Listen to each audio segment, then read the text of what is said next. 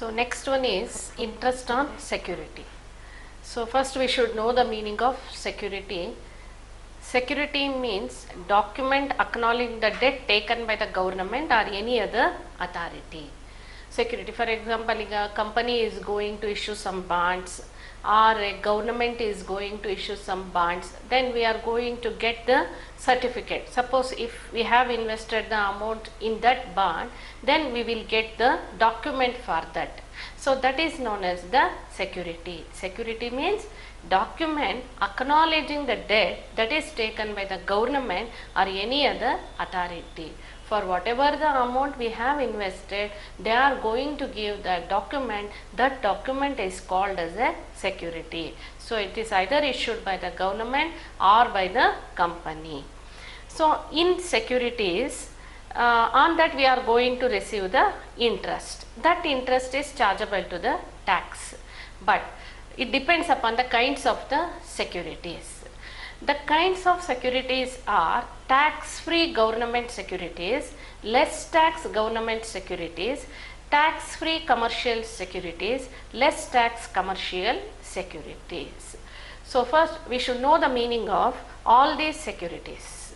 So what is this tax-free government security? So types of securities are tax-free government securities, less tax government securities, tax-free commercial securities, less tax commercial securities.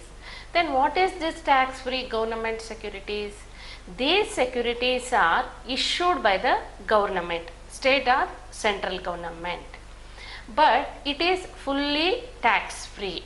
Okay, whatever the interest we are going to receive on such securities is fully exempted from tax. For example, 12-year National Savings Annuity Certificates, National Defence Gold Bonds, Special Bearer Bonds 1991, Treasury Saving Deposit Certificates, Post Office Cash Certificates 5 years, National Plan Certificates 10 years, National Plan Saving Certificates 12 years, Post Office National Saving Certificates either 12 or 7 years, interest on Post Office Savings Bank account up to rupees 3,500 is tax free, Post Office cumulative time deposit for a period of 15 years, public account maximum exemption up to rupees 5,000. So in your problem, if all these securities are given, suppose if any one of the securities or few securities are given in your problem, then you have to show it is tax free. The reason is it is a tax free government security. It is issued by the state or the central government, but whatever the amount we receive as a interest on such securities is fully exempted from payment of the tax under section 10 subsection 15. So National Saving Certificates, Plan Saving Certificates, Post Office NSC, interest on POSB up to rupees 3,500, public accounts up to rupees interest of 5,000, Special Bearer Bonds 1991, National Defence Gold Bonds 1980, National Saving Annuity Certificate. So you have to keep in mind all these securities which are fully exempted from payment of the tax.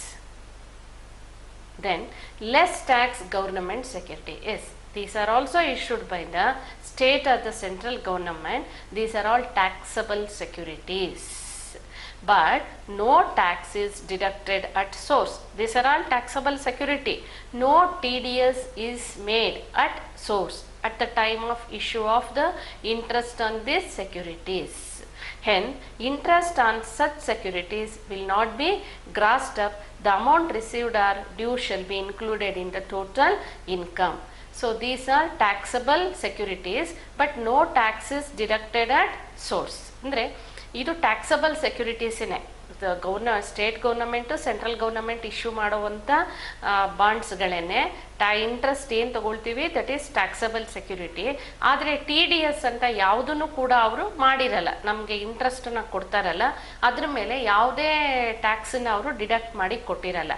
ಹಾಗಾಗಿ ನಾವು ಏನು ತಗೊಳ್ತೀವಿ interest that itself is the gross amount. that we have to show in our problem. That's all. Whether percentage is given or the net amount is given, directly we have to show in the outer column. That's all. It is chargeable to the tax. No need for the gross it up. We have to remember, if it is a less tax government security, no need for gross up. Okay, whether percentage is given or net amount is given, so it should not be gross it up in case of less tax government securities. Yes, tax free commercial securities. These securities are either issued by the local authority, statutory corporation or a company in the form of debentures or the bonds. Okay, tax free commercial securities ಯಾರು issue ಮಾಡ್ತಾರೆ ಅಂತ ಹೇಳಿದ್ರೆ local ಅಥಾರಿಟಿಯವ್ರು ಇರ್ಬೋದು, ಅಥವಾ statutory corporation like life insurance corporation, state financial corporations, ಅಥವಾ company. So ಕಂಪನಿಯವರು ಯಾವ ಫಾರ್ಮಲ್ಲಿ ಇಶ್ಯೂ ಮಾಡ್ತಾರೆ ಅಂದರೆ it is like debentures or the bonds. Okay, these are all called tax free. ಯಾಕೆ ಇದನ್ನು ಟ್ಯಾಕ್ಸ್ ಫ್ರೀ ಅಂತ? ಟ್ಯಾಕ್ಸಬಲ್ಲೇ ಇದು, ಇಂಟ್ರೆಸ್ಟ್ ತಗೊಳ್ಳೋದು ನಾವು ಟ್ಯಾಕ್ಸಬಲ್ಲೇ, ಬಟ್ ಇದನ್ನು ಯಾಕೆ ಟ್ಯಾಕ್ಸ್ ಫ್ರೀ ಅಂತ ಹೇಳ್ತಿದ್ದಾರೆ ಅಂದರೆ, ಸೊ ಇಂಟ್ರೆಸ್ಟ್ ಮೇಲೆ ಏನು ಟ್ಯಾಕ್ಸ್ ಚಾರ್ಜ್ ಆಗುತ್ತೆ that is paid by the concerned authority. So local authority issue ಮಾಡಿದ್ರೆ ಅವರೇ ಟ್ಯಾಕ್ಸನ್ನು ಪೇ ಮಾಡ್ತಾರೆ on behalf of the assessee. Company issue ಮಾಡಿದ್ರೆ the company is paying on that tax on the interest on behalf of the assessee. That is why it is called as a tax free commercial securities. ಆದರೆ ನಾವು ತಗೊಳ್ಳೋ interest that is chargeable to the tax. Okay, ನಮಗೆ ಕೊಡುವಂಥ interest ಏನಾಗಿರುತ್ತೆ, ಇಲ್ಲಿ ಟ್ಯಾಕ್ಸನ್ನು deduct ಆಗೋಗ್ಬಿಟ್ಟಿರುತ್ತೆ, but it is paid by the company. ನಾವೇನು ಕಟ್ಟಲ್ಲ ಅದನ್ನು, it is paid by the company only.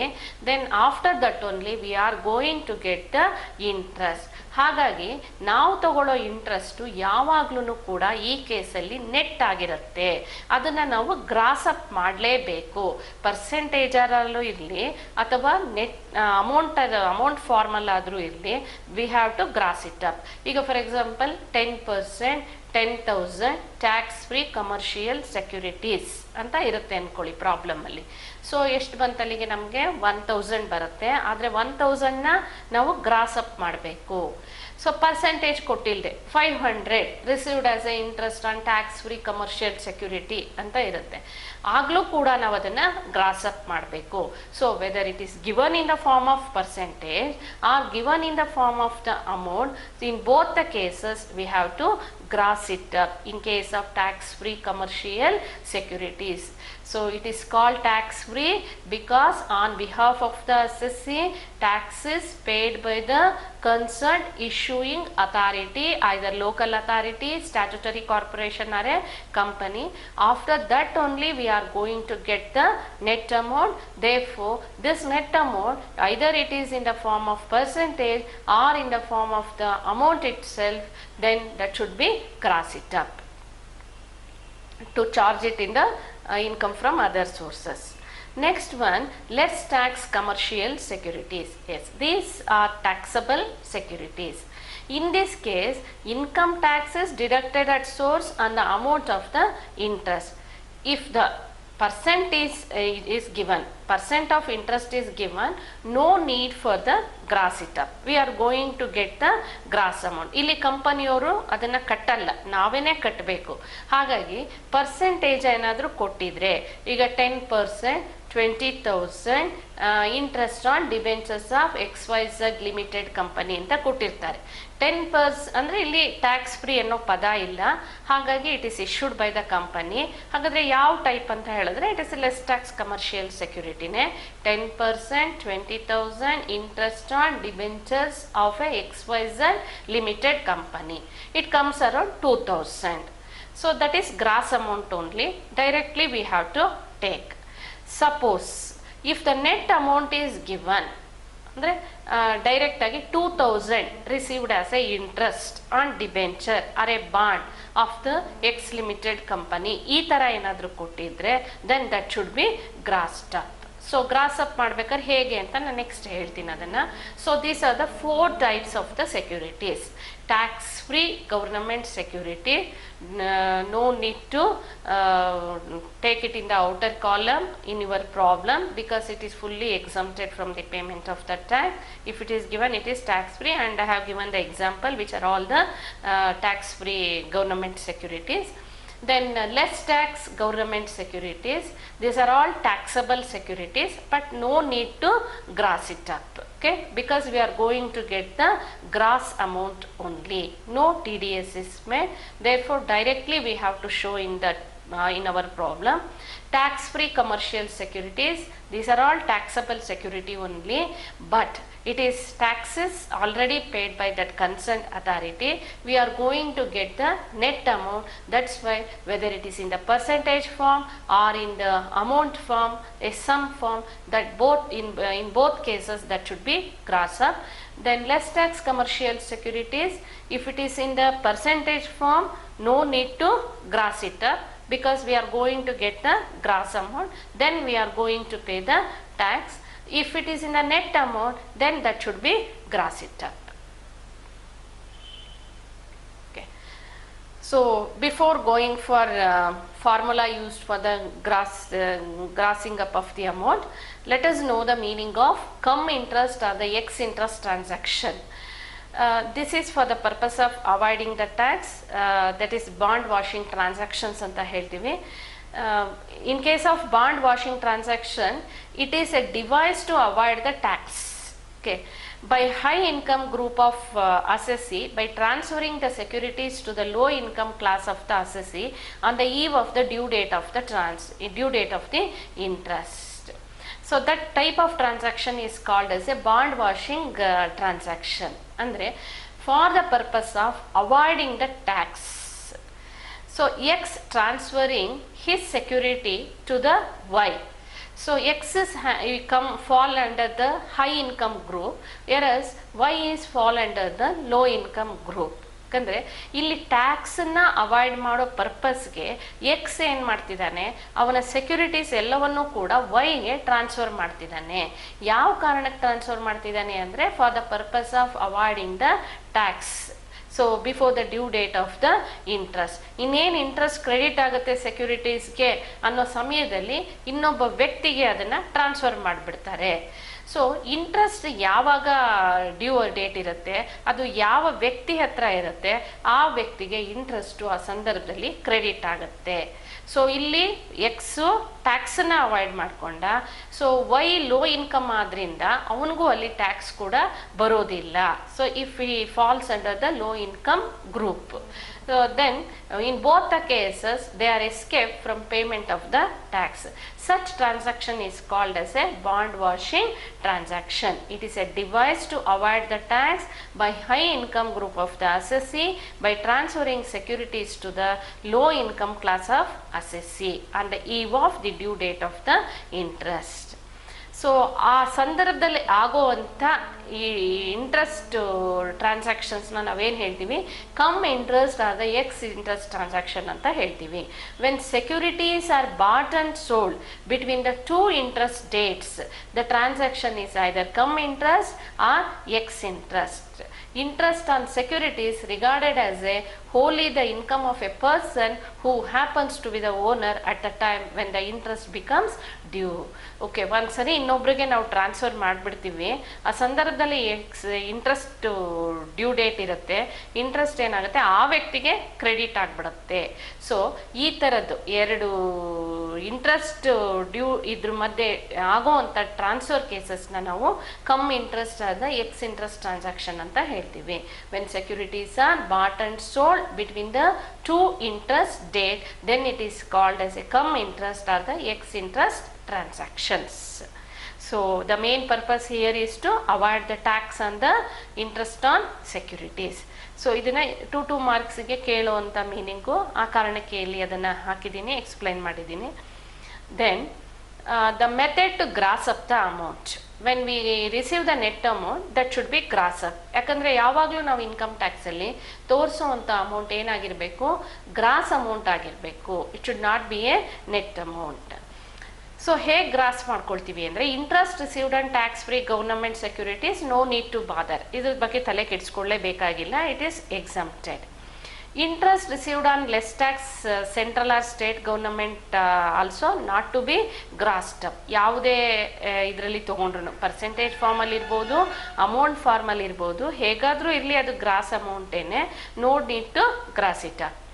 Interest received on debentures of a local authority, statutory corporation or a company, ಅದನ್ನು ಹೇಗೆ ಗ್ರಾಸ್ ಅಪ್ ಮಾಡ್ತೀವಿ ಅಂತ ಹೇಳಿದ್ರೆ ಏನು ಇಂಟ್ರೆಸ್ಟ್, ಯಾಕಂದರೆ ಲೆಸ್ ಟ್ಯಾಕ್ಸ್ ಕಮರ್ಷಿಯಲ್ ಸೆಕ್ಯೂರಿಟೀಸಲ್ಲಿ ಹೇಗೆ ಇದ್ರೂ ಅದನ್ನು ನಾವು ಗ್ರಾಸ್ ಅಪ್ ಮಾಡಲೇಬೇಕು.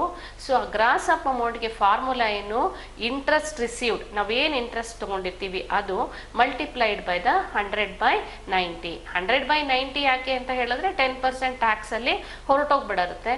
So that's why it is 100/90. So in case of tax free commercial securities, the formula used for grossing of the amount is interest received multiplied by 100/90. Then in case of other securities also same thing applies, interest received multiplied by 100/90. And lottery, okay, lottery and crossword puzzles, winning amount multiplied by 100/70. ಇಲ್ಲಿ 70 ಯಾಕೆ ಅಂತ ಹೇಳಿದ್ರೆ 30% TDS ಆಗಿರುತ್ತೆ, that's why it is 100/70. ಏನು net amount ತೊಗೊಳ್ತೀವಿ ಅದು that should B multiplied by 100/70. ಅಂದರೆ ಗ್ರಾಸಿಗೆ ಅದನ್ನು ನಾವು ಕನ್ವರ್ಟ್ ಮಾಡ್ಕೋಬೇಕು. Okay, I have given the illustration problems also here. Rai furnishes the following particulars of his income for the previous year 2013-14. So ಈಗ problem ಬಗ್ಗೆ ನಾವು ಗಮನ ಕೊಡೋಣ. ಸೊ ಇದುವರೆಗೂ ಯಾವ್ಯಾವ ರೀತಿಯಾದ ಇನ್ಕಮ್ ಫ್ರಮ್ ಅದರ್ ಸೋರ್ಸಸಲ್ಲಿ ಬರುತ್ತೆ ಅನ್ನೋದ್ರ ಬಗ್ಗೆ ನಾವು ತಿಳ್ಕೊಂಡ್ವಿ. So let us know the problem, computation of the problem under the head income from the other sources. In this problem Mr. Rai has furnished the following information. Dividend on equity shares. Dividend on equity shares. Okay, ಯಾವ ಕಂಪನಿ ಅಂತ ಇಲ್ಲೇನು ಕೊಟ್ಟಿಲ್ಲ, but we have to assume that it is received from the Indian company only. When it is Indian company the dividend is what exempted. Dividend on preference shares, yes, that is also from Indian company, that is also exempted. Income from letting on hire building and the machinery, this we have to take. ಜೊತೆಗೆ ಕೆಲವು deductions ನಾನು ಹೇಳಿದೆ ಸಂಬಂಧಪಟ್ಟಂಥದ್ದು. Okay, depreciation, repairs of machinery, ಈ ಥರದ್ದು ಏನಾದ್ರು ಇದ್ದರೆ ಆ ಡಿಡಕ್ಷನ್ ಮಾಡಿ ನಂತರ ಔಟರ್ ಕಾಲಮ್ಗೆ ನಾವು ಅದನ್ನು ತಗೋಬೇಕಾಗತ್ತೆ. ನೋಡೋಣ adjustments. Interest on bank deposit, yes, chargeable to tax. Income from undisclose sources, ಆಗಲೇ ಹೇಳಿದೆ ನಾನು ಎಕ್ಸ್ಪ್ಲೈನ್ ಮಾಡಬೇಕಾದ್ರೆ ಯಾಕೆ ಇದನ್ನು ಅನ್ಡಿಸ್ಕ್ಲೋಸ್ ಸೋರ್ಸ್ ಅಂತ ಹೇಳ್ತೀವಿ ಅಂದರೆ ಯಾವ ಮೂಲದಿಂದ ಬಂತು ಅಂತ ನಮಗೆ ಎಕ್ಸ್ಪ್ಲೈನ್ ಮಾಡೋಕ್ಕೆ ಏನು ಡಾಕ್ಯುಮೆಂಟ್ಸ್ ಇರಲ್ಲ. So that is also chargeable to tax. Winning from card games and betting, so that is chargeable to tax. Then winning from lottery, ನೋಡಿ ನೆಟ್ ಕೊಟ್ಟಿದ್ದಾರೆ, ಅದನ್ನು ನಾವು ಗ್ರಾಸಿಗೆ ಕನ್ವರ್ಟ್ ಮಾಡ್ಕೋಬೇಕು. ಆ್ಯಂಡ್ ಇಲ್ಲಿ he leaves in a rented house paying rent 3000. ಈ ವ್ಯಕ್ತಿ ಬಾಡಿಗೆ ಮನೇಲಿದ್ದಾನೆ, but he has sublet 1/3 portion. ಅವನಿರೋವಂಥ ಬಾಡಿಗೆ ಮನೆಯೇ ಸಬ್ಲೆಟ್ ಕೂಡ ಮಾಡಿದ್ದಾನೆ. ಆ ಸಬ್ಲೆಟ್ ಮಾಡಿದ್ದಕ್ಕೆ he is receiving 1500 per month. And he has paid municipal taxes 1500, repair charges 6000 on the whole house. Then royalty received ಇದೆ, but they have claimed certain expenditure, ಅದನ್ನು deduct ಮಾಡಬೇಕಾಗತ್ತೆ ನಾವು. ದೆನ್ ಅಡ್ಜಸ್ಟ್ಮೆಂಟ್ ಇದೆ, collection charges of dividend ಇದೆ, allowable depreciation deduction ಕೊಡಬೇಕು ಅಂತ ಹೇಳಿದೆ ನಾನು ಬಿಲ್ಡಿಂಗ್ ಆ್ಯಂಡ್ ಮೆಷಿನರಿಗೆ. And fire insurance on building and machinery ಇದೆ, ಲಾಟ್ರಿ ಟಿಕೆಟ್ ಪರ್ಚೇಸ್ಡ್ ಇದೆ. Okay, so then let us know how to compute this one. Yes, dividend on equity shares. So assuming that it is received from the Indian company, ಯಾಕಂದರೆ ಯಾವ ಕಂಪನಿಯಿಂದ ಅಂತ ಕೊಟ್ಟಿಲ್ಲ, ನಾವು Indian company ಅಂತಲೇ assume ಮಾಡ್ಕೊಳ್ಳೋಣ, it is exempted. Dividend on preferential, that is also exempted. But ಅಡ್ಜಸ್ಟ್ಮೆಂಟಲ್ಲಿ collection charges of the dividend ಅಂತ ಕೊಟ್ಟಿದ್ದಾರೆ, ಹೌದು, ಅದಕ್ಕೆ ನಾವು ಡಿಡಕ್ಷನ್ ಕೊಡಬೇಕು. ಆದರೆ ಇಲ್ಲಿ ಅಮೌಂಟ್ ಎರಡೂ ಎಕ್ಸಮ್ಪ್ಟೆಡ್ ಆದ್ದರಿಂದ no need for giving the deduction for collection charges of the dividend. Income from letting of hire, ಅದರಿಂದ ಬರೋ ಆದಾಯ 30,000, but we have to give the deduction for depreciation as well as the fire insurance 30,000 ಇಂದ ಈ ಡೆಪ್ರಿಸಿಯೇಷನ್ನು, fire insurance, ಹಾಗೆ repairs ಈ ಥರದ್ದು ಏನಾದರೂ ಇದ್ದರೆ that amount should be deducted and balance should be taken to the outer column. Then interest on bank deposit fully taxable, undisclosed source of income, that is also taxable. Winning from card games, yes, full amount is taxable, gross amount only. Winning from lottery ಆಗಲೇ ಹೇಳಿದೆ ನಾನು, net amount ಇದೆ, ಅದನ್ನು ನಾವು gross ಮಾಡ್ಕೋಬೇಕು. So 14,000 net amount ಇದೆ.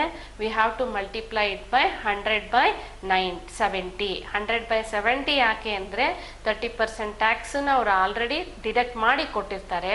But ನಾವು computation ಪರ್ಪಸ್ಗೆ ಯಾವಾಗಲೂ ಗ್ರಾಸನ್ನೇ ನಾವು ತಗೋಬೇಕು. ಹಾಗಾಗಿ ನಾವು ತಗೊಂಡಂಥ ಗ್ರಾಸ್ ಅಮೌಂಟ್ ಇಲ್ಲೇನಾಯ್ತು, ಈಗ 20,000 ಆಗಿದೆ. ಅಂದರೆ 6,000 ರೂಪಾಯಿ ಟ್ಯಾಕ್ಸ್ ಡಿಡಕ್ಟ್ ಹೋಗಿ ನಮ್ಗೆ 14,000 ಕೊಟ್ಟಿದ್ರು ಅವರು. But actual gross amount is 20,000, that should be taxable. Then income from subletting. So this is important in your problem. Income from subletting. He is receiving 1,500 per month. ಬಾಡಿಗೆಗಿದ್ದಾನೆ, ಅವನೇ ಮನೇನ ಮತ್ತೆ ಇನ್ನೊಬ್ಬ ವ್ಯಕ್ತಿಗೆ ಸಬ್ಲೆಟ್ ಮಾಡಿದ್ದಾನೆ. On that he is receiving 18,000 per annum at the rate of 1,500. But for that portion he is paying the rent to his owner. So how much he is paying out of 3,000? You calculate it for 1/3 portion. So for that 1/3 portion that comes to 1,000, you have to multiply it by 12. So you have to deduct 12,000. Then proportionate expenses incurred for that let out portion. Municipal taxes 1,500 ಏನು ಕಟ್ತಿದ್ದಾರೆ, ಅದ್ರ ಮೇಲೆ 500 ಈ sublet ಮಾಡಿರೋ ಪೋರ್ಷನ್ಗೆ ಆಗುತ್ತೆ. ಹಾಗೆ repairs 6,000 ಇದೆ, ಅದ್ರ ಮೇಲೆ 1/3 ಅಂತ ಹೇಳಿದ್ರೆ 2,000 ಆಗುತ್ತೆ. ಸೊ proportionate expenses for let out, sub let out ಪೋರ್ಷನ್ಗೆ it is 500 for municipal taxes and repairs it is 2,000. So total deduction is, after making this total deduction, the taxable amount from subletting comes to 3,500. 12,000 ಯಾಕೆ ಅಂತ ಹೇಳಿದ್ರೆ ಓನರಿಗೆ ಕೊಡಬೇಕು, ಇವರೇ ಬಾಡಿಗೆಗೆ ಇರೋದ್ರಿಂದ ಓನರಿಗೆ ಕೊಡ್ತಾ ಇರೋದೆಷ್ಟು, 1/3 ಪೋರ್ಷನಿಗೆ ಸಂಬಂಧಪಟ್ಟಂತೆ 12,000 ಕೊಡ್ತಿದ್ದಾರೆ. ಹಾಗೆ ಮುನ್ಸಿಪಲ್ ಟ್ಯಾಕ್ಸಸ್ ಕಡೆಗೆ 1/3 ಪೋರ್ಷನ್ಗೆ 500 ಹೋಗ್ತಾ ಇದೆ, ರಿಪೇರ್ಸು 1/3 ಪೋರ್ಷನ್ಗೆ 2,000 ಹೋಗ್ತಿದೆ. ಇವೆಲ್ಲವನ್ನೂ ಕಳೆದ್ರೆ ಆತನಿಗೆ ಮಿಗೋ ಅಂತ ಆದಾಯ, ಇನ್ಕಮ್ ಫ್ರಮ್ ಸಬ್ಲೆಟಿಂಗ್ ಎಷ್ಟಾಗುತ್ತೆ, 3,500 ಆಗುತ್ತೆ. ಹಾಗೆ next one is royalty received. Royalty received 25,000, but we can claim the deduction for certain expenditure. Salary to ಕ್ಲರ್ಕಿಗೆ ಕೊಟ್ಟಿದ್ದಾರೆ, ಬುಕ್ಸ್ ಪರ್ಚೇಸ್ ಮಾಡ್ಕೊಂಡಿದ್ದಾರೆ, ಟೆಲಿಫೋನ್ ಎಕ್ಸ್ಪೆನ್ಸಸ್ಗೆ ಸ್ವಲ್ಪ ಖರ್ಚು ಮಾಡಿದ್ದಾರೆ. ಈ ಎಲ್ಲ ಒಟ್ಟಾರೆ ಅಮೌಂಟ್ ಬಂದ್ಬಿಟ್ಟು 4,000 ಆಗುತ್ತೆ. That amount should be deducted. So balance is taxable 21,000. So total income from other sources of Mr. Rai is 91,100. Okay, so ಇಲ್ಲಿ ಪ್ರಾಬ್ಲಮಲ್ಲಿ ನೀವು ಸಬ್ಲೆಟ್ ಮಾಡಿದ್ದೀರಾ, ಅದಕ್ಕೆ ಸಬ್ಲೆಟ್ ಮಾಡಿರೋ ಅಮೌಂಟು ಆದಾಯ ಎಷ್ಟು, ಬಟ್ ನಾವು ಓನರಿಗೆ ಕೊಡ್ತಿರೋದು ಎಷ್ಟು, ಆ ಸಬ್ಲೆಟ್ ಪೋರ್ಷನ್ಗೆ ಖರ್ಚು ಮಾಡಿರೋವಂಥ ಕೆಲವು ಎಕ್ಸ್ಪೆನ್ಸಸ್ಸು, ಅದನ್ನೆಲ್ಲ ಡಿಡಕ್ಷನ್ ನಾವು ತೋರಿಸ್ಬೇಕು. ಹಾಗೆ ರಾಯಲ್ಟಿ ತಗೊಂಡಾಗ ಸಂಬಂಧಪಟ್ಟಂಥ ಎಕ್ಸ್ಪೆಂಡಿಚರ್ನು ಕೂಡ ನಾವು we have to show and get the deduction. So ಒಂದು ನೋಟ್ ಕೂಡ ಹಾಕಿದ್ದೀನಿ ನಾನು. In case of dividend and interest on securities, any reasonable sum paid by way of commission or remuneration to bank any other person for purpose of realising such dividend or interest is allowed as a deduction. ಅಂದರೆ ನಾವು dividend ತಗೋಬೇಕಾದ್ರೆ, ಇಂಟ್ರೆಸ್ಟನ್ನು ತಗೋಬೇಕಾದ್ರೆ, ಯಾವುದಾದ್ರೂ ವ್ಯಕ್ತಿಗೆ ನಾವು ಏನಾದ್ರು commission ಕೊಟ್ಟಿದ್ರೆ ಅಥವಾ ಬ್ಯಾಂಕಿಗೆ ಕೊಟ್ಟಿದ್ರೆ ಅಮೌಂಟನ್ನು ಡಿಡಕ್ಷನ್ ಆಗಿ ನಾವು ಅಲೋ ಮಾಡ್ಬೋದು. We can claim that amount as a deduction. ಹಾಗೆಯೇ interest on loan taken for the purpose of purchasing the securities. ಸೆಕ್ಯೂರಿಟೀಸಲ್ಲಿ ಇನ್ವೆಸ್ಟ್ ಮಾಡೋದಕ್ಕೆ ಲೋನ್ ತೊಗೊಂಡಿರ್ತೀವಿ, ಅದ್ರ ಮೇಲೆ ಇಂಟ್ರೆಸ್ಟನ್ನು ಕಟ್ತಾ ಇರ್ತೀವಿ. That interest is also allowed as a deduction. and if the dividend is exempt under section 10 subsection 34, the expenses are not allowed as a deduction. ಅಂದರೆ ಈ ಪ್ರಾಬ್ಲಮ್ ಅಲ್ಲೇ ಇತ್ತು, dividend from equity shares, dividend from preference shares, ಅದನ್ನ exemption ಕೊಟ್ಟಿದ್ವಿ. ಹಾಗಾಗಿ ಆ collection charges 100 rupeesನ ನಾವು allow ಮಾಡಲಿಲ್ಲ. Otherwise we have to allow. And certain personal expenses ಇದೇ ಪ್ರಾಬ್ಲಮ್ ಅಲ್ಲಿ ಇದೆ. ಪರ್ಚೇಸ್ ಆಫ್ ಲಾಟ್ರಿ ಅಂತ ಇದೆ, ಆ ಥರದ ಎಕ್ಸ್ಪೆಂಡಿಚರ್ನ ಡಿಡಕ್ಷನ್ನ ನಾವು ಕೊಡ್ಕೊಡ್ದು. It is not allowed as a deduction. Okay, next we will go to the second problem.